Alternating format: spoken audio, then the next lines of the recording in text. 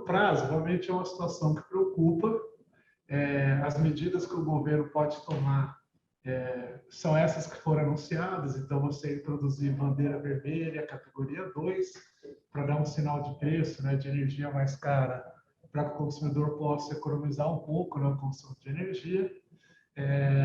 Eu acho que ainda é cedo da gente falar de um risco de déficit, né, ou apagão energético. Eu acho que de potência, a gente realmente está numa situação clara.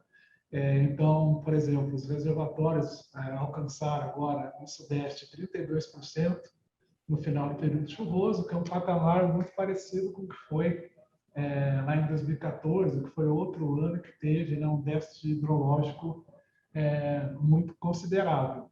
A diferença, né, é que o Brasil, durante, pelo menos na última década, como não teve um crescimento econômico, né, mesmo tirando o ano de pandemia, o Brasil cresceu por volta de 1%.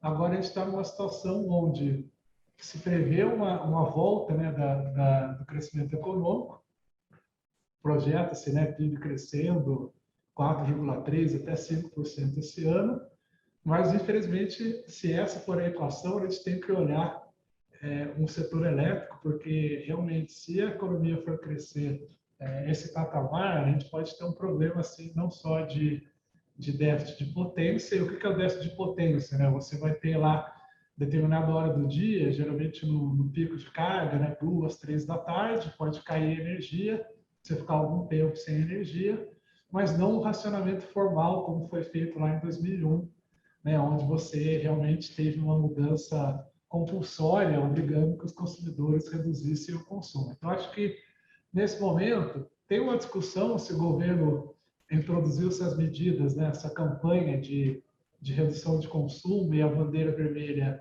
é tarde, né, a gente argumenta que poderia ser introduzida lá em março ou de repente em abril, mas o fato é, a gente conviveu nesse período chuvoso com o pior período chuvoso da série histórica, que vem desde 1930, mas, na nossa opinião, essa questão de hidrologia diversa não pode ser considerada uma novidade. Eu acho que a principal falha do porquê toda vez que a gente tem perspectivas de um crescimento econômico, o setor elétrico volta a entrar no radar, não tem a ver só com a questão de hidrologia de São Pedro. Acho que tem a ver com uma falha de planejamento, que é algo que a gente acompanha já há algum tempo, né? Então, se a gente for mostrar um pouco como é que evoluiu o setor elétrico, né, desde do novo modelo, que é lá de 2004, o novo modelo ele tinha dois objetivos principais. O primeiro é garantir o suprimento de energia, e isso a gente pode se dizer que ele foi bem sucedido, mas no menor preço possível, na menor tarifa possível. Isso, com certeza, eu acho que tem um trabalho enorme a ser feito. E por quê? Né? Porque o Brasil optou por construir, né, desde 2006, quando você teve os novos leilões de energia, fontes intermitentes renováveis, basicamente de 2006 até 2019, que foi o último leilão estrutural de energia, a gente leiloou hidrelétricas a fio d'água, biomassa, eólica e, mais recentemente, solar. Então, tem um conceito no setor elétrico que a gente gosta de olhar, que a gente chama de reserva girante. O que é reserva girante? Qual a quantidade de água nos reservatórios hidrelétricos que a gente tem disponível para atender a demanda, caso não chova uma gota de chuva no período chuvoso. A quantidade de meses para atender a demanda passou de 7 meses lá na época do racionamento, 2001, 2002, para hoje 3 meses e meio. Quer dizer, caiu para a metade nesse período. E o nosso período seco tem 7 meses. Então, já tem uma questão estrutural que as hidrelétricas, sim, as que têm reservatório, elas cumprem o papel de bateria do sistema. É, sim, a maneira mais barata de você garantir o suprimento de energia, mas a gente tem convivido, o peso das hidrelétricas na matriz elétrica como um todo passou de 83% lá em 2006 para hoje 63%, e caminhando até o final da década para um peso de 50%. Então, a gente substituiu essas hidrelétricas de reservatório por fontes renováveis não convencionais, principalmente eólica e solar, Exatamente pela natureza de ser intermitente, você fica muito mais dependente do clima, né? A gente fica refém do clima, porque dependendo da chuva, da velocidade do vento e da radiação solar, você pode conviver com cenários, né, de atendimento da demanda mais ou menos complexos. Na nossa opinião, você resolve isso com planejamento, ou seja, se você faz um planejamento onde você leve em consideração que você precisa de uma matriz que fique menos dependente de fatores exógenos, não adianta a gente sempre recorrer a São Pedro, eu acho que a gente pode trabalhar numa matriz onde você continue se expandindo com renováveis, eólica e solar, acho que isso é uma mega tendência, né, no mundo inteiro, mas ao mesmo tempo se preocupando com a confiabilidade do sistema. Então, acho que o que a gente defende aqui é para que essa expansão renovável continue de maneira saudável, a gente também tem que olhar para a segurança do sistema elétrico, para a confiabilidade do sistema elétrico, e aí não tem como fugir, você tem que trazer usinas termoelétricas para contrapor, né, essa expansão renovável. Então, a gente enxerga usinas termoelétricas como complementares às usinas renováveis. E a grande verdade foi que esse problema só não aconteceu antes porque na última década o Brasil praticamente não cresceu. Então agora a gente está no momento onde a hidrologia foi desfavorável, realmente foi muito desfavorável, foi o pior, né, regime hidrológico desde 1930, mas regimes hidrológicos desfavoráveis não dá para dizer que é uma novidade. Se a gente olhar nos últimos 20 anos, desde o racionamento, o subsistema sudeste, que representa 70% do consumo de energia, né, o grande coração do sistema, ele não consegue ter um volume de chuvas em linha com a média histórica, ele vem consistentemente com um volume de chuvas abaixo da média histórica, e cada vez que você encurta a janela de 20 anos para 10 ou para 5, os últimos 5 anos, o número de ocorrências de chuva em linha ou acima da média histórica, ele reduz muito. Então, o que está acontecendo? A gente já tem uma série de evidências de que a hidrologia não se comporta mais em relação à média histórica, ou seja, consistentemente tem chovido menos do que se espera, principalmente no subsistema sudeste e centro-oeste, que é o coração do setor elétrico. E aí, nesse aspecto, o grande papel da hidrelétrica, que é exatamente fazer a garantia, né, da demanda, ela se perde, porque além de você ter mais fontes intermitentes hoje na matriz, você não constrói mais hidrelétrica de reservatório. E por que não se constrói mais? Tem uma questão ambiental, mas tem uma questão também técnica, porque o potencial hidrelétrico remanescente no Brasil ele está na região da Amazônia Legal. É uma região mais plana, né? Se a gente lembrar de geografia lá atrás, o Brasil ele tem 60% dos rios de planalto, que é onde você construiu as grandes hidrelétricas de reservatório. Outros 40% dos rios do Brasil são de planície. O maior exemplo é o Rio Amazonas. Então, essa região da Amazônia Legal, que pega o estado do Amazonas e também ali trechos, né, do Pará, Tocantins, Mato Grosso, é uma região plana. Então, para você construir hidrelétrico com reservatório, você teria que inundar áreas enormes que, com certeza, do ponto de vista ambiental, não seriam autorizados. Então, na prática, você agora só constrói usina hidrelétrica a fio d'água, e aí, nessa região em particular, você só vai gerar energia no período chuvoso.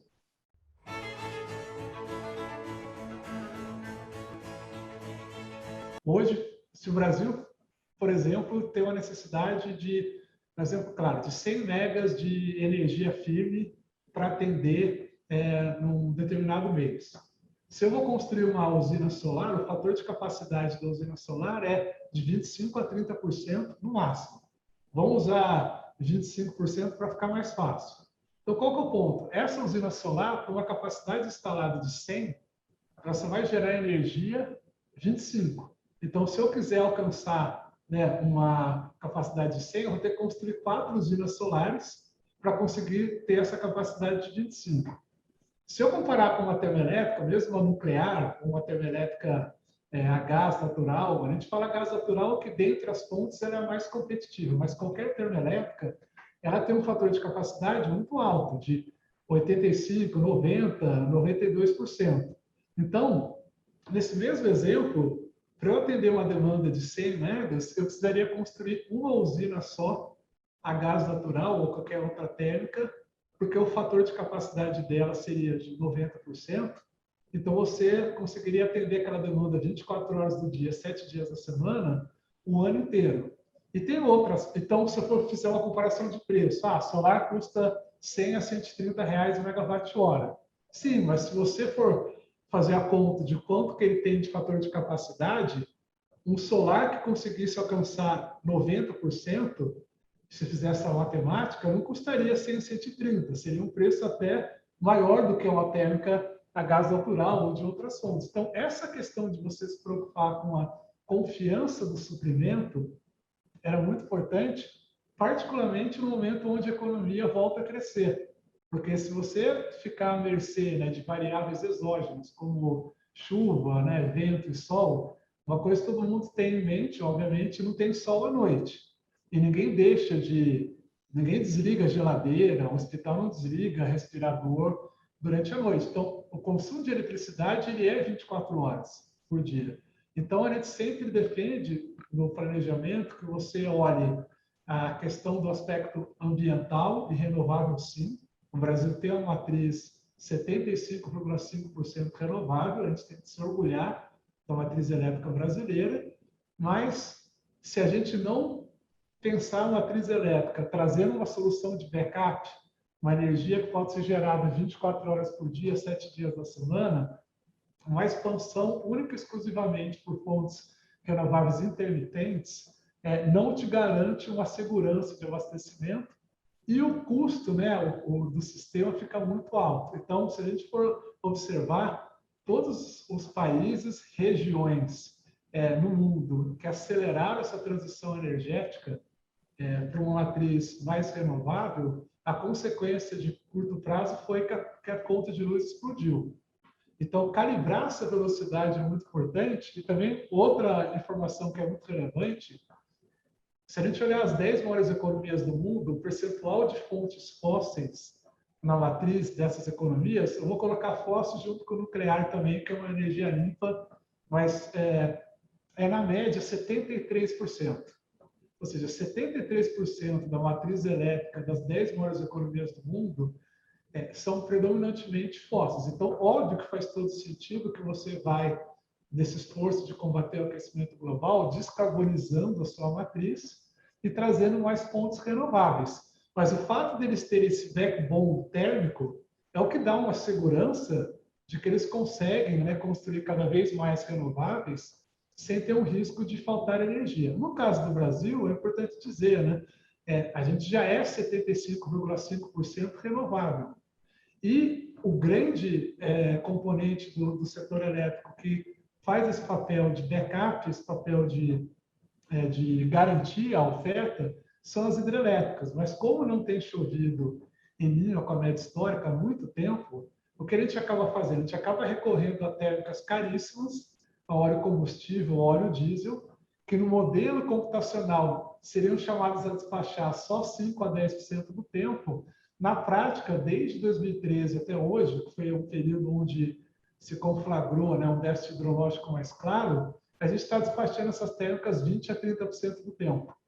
Ou seja, o triplo ou mais do que o modelo previa. E por que, então, que a gente está despachando essas térmicas muito mais do que o modelo previa? Porque a velocidade dos reservatórios hidrelétricos se recomporem a cada ano está cada dia menor. E está cada dia menor exatamente porque as condições hidrológicas o papel, né, das hidrelétricas no âmbito da matriz elétrica total está diminuindo com o passar do tempo. Aquele conceito que eu falei da reserva girante do sistema.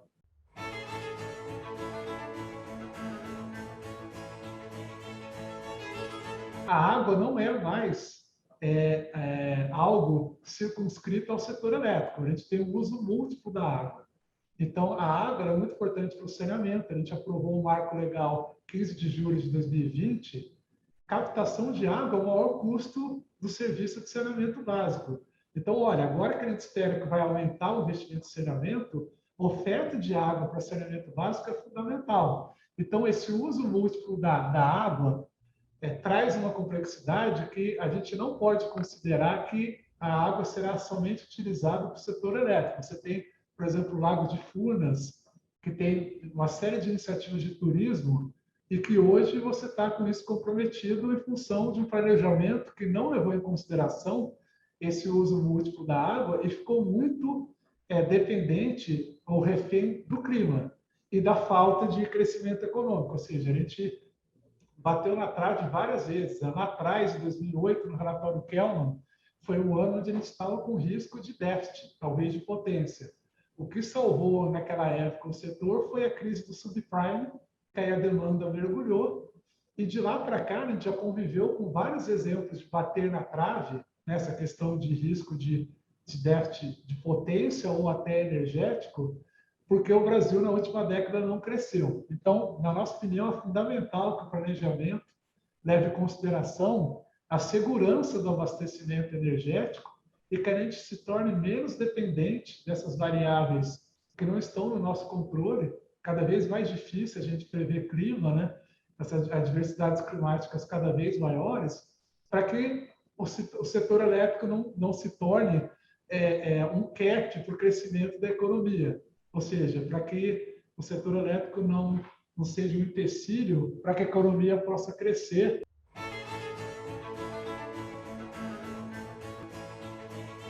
Hoje, no final do dia, a gente precisa construir o que a gente chama de reservatórios equivalentes. O que são reservatórios equivalentes?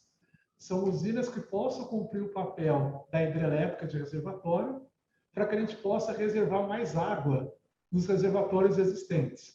Então, toda vez que eu for construir uma usina que ela possa economizar água no reservatório, isso deveria ser incentivado porque tem os usos múltiplos e os efeitos multiplicadores. Isso é bom para o saneamento básico, isso é bom para o turismo, né? Lago de Furnas, isso é bom para hidrovias, né? Você viu que a hidrovias do Rio Paraná, lá em 2014, ela ficou 16 meses parada, e essa hidrovia, por exemplo, é uma via de transporte de grãos que é super competitiva e muito mais barata do que utilização via caminhões para exportar a produção do Centro-Oeste até o porto, né, de Santos, os portos aqui do Sudeste. Então, a gente tem que ter uma visão que vai um pouco além do que é só o setor elétrico. Então, esses marcos regulatórios, eles acabam forçando uma discussão, uma visão um pouco mais holística, de que a água, né, é algo extremamente escasso e que você tem um uso múltiplo dela. Então, onde tem o lado positivo dos jabutis, eu vou entrar na conta também, que eu acho que é bem importante. Você colocar no MP uma preocupação de direcionar recursos que são levantados na capitalização para revitalizar as bacias hidrográficas do Rio São Francisco, por exemplo, ou lá a bacia de Furnas, para a gente isso é uma política pública fundamental. E por quê? Porque ao você recompor mata ciliar, você realmente revitalizar essas bacias, você vai fazer com que você preserve mais águas dos reservatórios e que você possa destravar investimentos de saneamentos, outros usos da água, e não ficar refém de uma situação de reservatórios única e exclusivamente pensando do ponto de vista elétrico. E aí o gás natural, é importante dizer, a gente viu várias contas, que se você vai construir gasodutos e térmicas agora, ancorando, isso poderia ter um impacto de 20 a 40 bilhões de reais na conta do consumidor. Aqui a gente tem modelo para todas as fontes, eu trago outra conta, tá? Porque essa conta, na minha opinião, ela olha só uma parcela, ela não olha o lado da economia que você tem de custo sistêmico, e eu vou explicar. Se a gente tivesse investido em térmicas a gás natural desde 2013, né, a tarifa hoje do consumidor cativo está por volta de R$700 o megawatt-hora. Tá? Essa tarifa ela subiu de 2013 até 2020 102,45%. Desculpa, 102,45%. A inflação no período subiu 54,35%. Então, a conta de luz subiu quase 2 vezes a inflação nesse período de 2013 até 2020. Quando a gente olha os componentes da tarifa, por exemplo, componente de distribuição dentro do bolo da tarifa, ele subiu nesse período em média, ao ano, 7,1%, contra uma inflação média ao ano de 6,4%. Então, o grande vilão da tarifa ter subido quase 2 vezes a inflação não foi o setor de distribuição, não foi também a geração, se a gente for olhar só o componente de geração de energia, foi o quê? Encargos setoriais e transmissão de energia elétrica. Esses subiram em termos reais nesse período, todo ano, 15% ao ano. Por que a gente está investindo tanto em transmissão e tem tanto encargo para pagar? Porque o planejamento adotou como o foco de planejamento construir usinas fio d'água ou construir renováveis intermitentes que vão gerar energia uma parte do tempo e grandes linhas de transmissão conectando onde está produzindo energia com a carga. Qual que é o grande ponto? Transmissão de energia, pelo próprio nome, ela não produz energia, ela só transmite. Então, se você tem uma situação onde falta capacidade para você atender, na prática acontece, a gente recorre de novo àquelas térmicas caríssimas, que são térmicas a óleo diesel, óleo combustível, que custam de R$ 1.000 até R$ 1.700 megawatt-hora, e esse despacho térmico é o que tem onerado a conta de luz consistentemente ao longo desse período. Então, só para ter uma ideia, se ele tivesse investido em gás natural, tá? Gás onshore, tá? Produção em terra, a gente consegue vender energia entre 190 e R$ 220 megawatt-hora, bem competitivo. Desde 2013, esse prejuízo que a gente teve, que é associado ao risco hidrológico, que de lá para cá foi da ordem de 190 bilhões de reais, poderia ter sido reduzido em 90 bilhões de reais. Então, quer dizer, eu construindo térmicas que têm um custo de combustível que chega a ser 1/10 dessas térmicas altamente poluentes, que são as fontes de óleo diesel e óleo combustível, em vez da tarifa subir quase 2 vezes a inflação, eu poderia capear, ou seja, a conta de luz poderia ter subido muito menos, trazendo esses reservatórios equivalentes, ou seja, térmicas que têm um custo muito mais baixo do que essas térmicas óleo diesel e óleo combustível, preservando os reservatórios, de maneira que o reservatório hidrelétrico acumulasse mais água e ficasse menos dependente do regime de chuvas. Então, no final do dia, o que a gente está tentando defender aqui é trocar esse parque de backup, que hoje é um parque de backup que tem plantas caríssimas, térmicas, óleo diesel, óleo combustível, que, por sinal, o próprio governo já sinalizou que gostaria de retirar do sistema um total de 16,4 gigas, quase aí 9% do sistema elétrico. E aí não dá, a nossa opinião você não pode trocar uma fonte de base, uma fonte que garante segurança energética, por uma fonte intermitente. Senão você está dobrando o risco do clima. Então, o que a gente defende olha, para que a gente continue expandindo a matriz, pelo menos 2/3 ou 75%, com fontes renováveis intermitentes, eólica, solar, PCH, biomassa, é importante que a gente tenha pelo menos um backup, esses reservatórios equivalentes, que possam garantir a segurança energética no menor custo possível. E esse menor custo possível, hoje, das fontes térmicas existentes, seria o gás natural. Agora, não quer dizer que não teria espaço para uma nuclear. A nuclear é considerada uma energia limpa, só que nuclear você não constrói em menos de 5 ou 6 anos. Então, é muito complicado. Uma térmica a gás natural, você consegue construir em 2 anos e meio, 3, no máximo. Tá?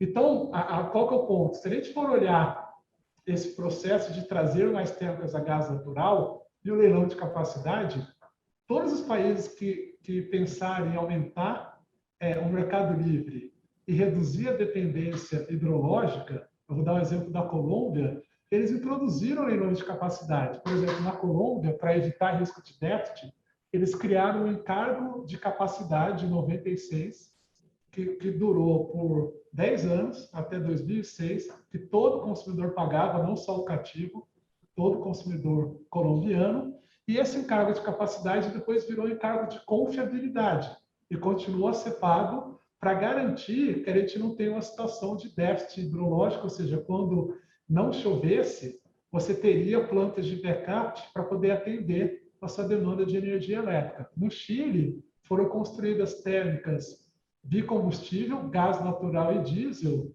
exatamente para, num determinado cenário de que as condições de degelo dos Andes ou hidrologia fosse desfavorável, você ter esse parque de backup para atender. Então, é natural você criar esses leilões de capacidade, mercados de capacidade, para você se proteger de fenômenos exógenos, como fenômenos climáticos.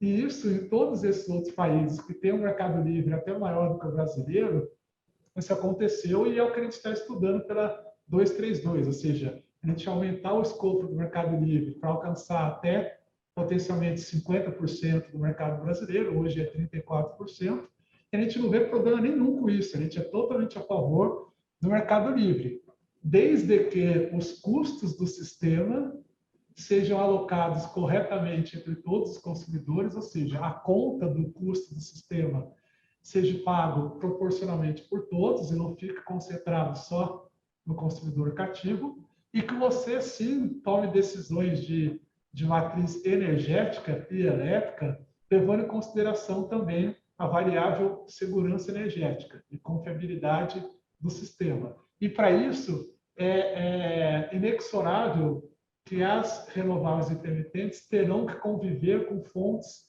gerando na base, que são exatamente os reservatórios equivalentes. Então, no final do dia, o que está sendo proposto é aposentar essas térmicas caríssimas, que até do ponto de vista ambiental emitem muito CO2, trocar pela fonte mais limpa dentre as fontes fósseis, que seria, no caso, o gás natural. Carvão também poderia exercer esse papel, mas ele é mais caro do que o gás natural, para que a gente consiga, de certa forma, garantir o suprimento de energia elétrica no país, ficar menos dependente de chuvas, e no final do dia a conta de luz do consumidor vai cair. Por que vai cair? Hoje, como eu mencionei, dado que não está chovendo em linha com a média histórica consistentemente nos últimos 20 anos, e a gente tem recorrido 20 a 30% do tempo no despacho fora da hora de mérito dessas plantas caríssimas, aí é ESS, são todos os encargos, aquelas sopas de letrinhas que subiu em termos reais 15% ao ano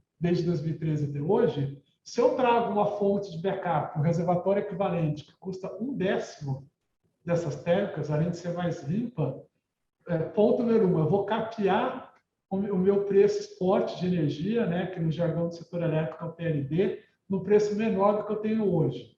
Ponto número 2, eu vou reduzir a volatilidade do preço, né, do PLD, porque eu estou trazendo mais despacho dentro da ordem de mérito. Com certeza, essas térmicas, por ter um preço de energia mais baixo, serão mais despachadas. E o que todo mundo quer no final do dia? Preservar a água nos reservatórios para que a gente possa garantir o uso múltiplo da água, não só para o setor elétrico, mas também atender a questão de hidrovias, a questão do saneamento, que vai cada vez mais precisar de água, a questão do abastecimento na região do semiárido, via a bacia do Rio São Francisco. Então, essas ferramentas de política pública, elas são muito comuns, tá? E aí, eu vou dar um exemplo dos Estados Unidos, que é um exemplo de efeito positivo de uma política pública, tá? Olha que interessante, no início da década de 2000, quando os Estados Unidos descobriu o shale gas e shale oil e passou a explorar, o governo dos Estados Unidos adotou duas políticas públicas que esses adeptos do livre mercado talvez não aprovariam. Quais foram essas duas políticas? Primeira política, os Estados Unidos só vai exportar shale gas e shale oil depois que atender 100% da demanda doméstica. Então, uma indústria que começou em 2003 só pôde exportar shale oil a partir de 2016, quando virou exportador líquido de petróleo, e só passou a exportar gás natural, shale gas, a partir de 2019. Olha o período. Durante o período de 15 anos, tinha uma política pública nos Estados Unidos que impedia você exportar shale gas e shale oil enquanto toda a demanda doméstica não fosse atendida, enquanto de fato os Estados Unidos não se tornasse um exportador líquido, tanto de petróleo quanto de gás.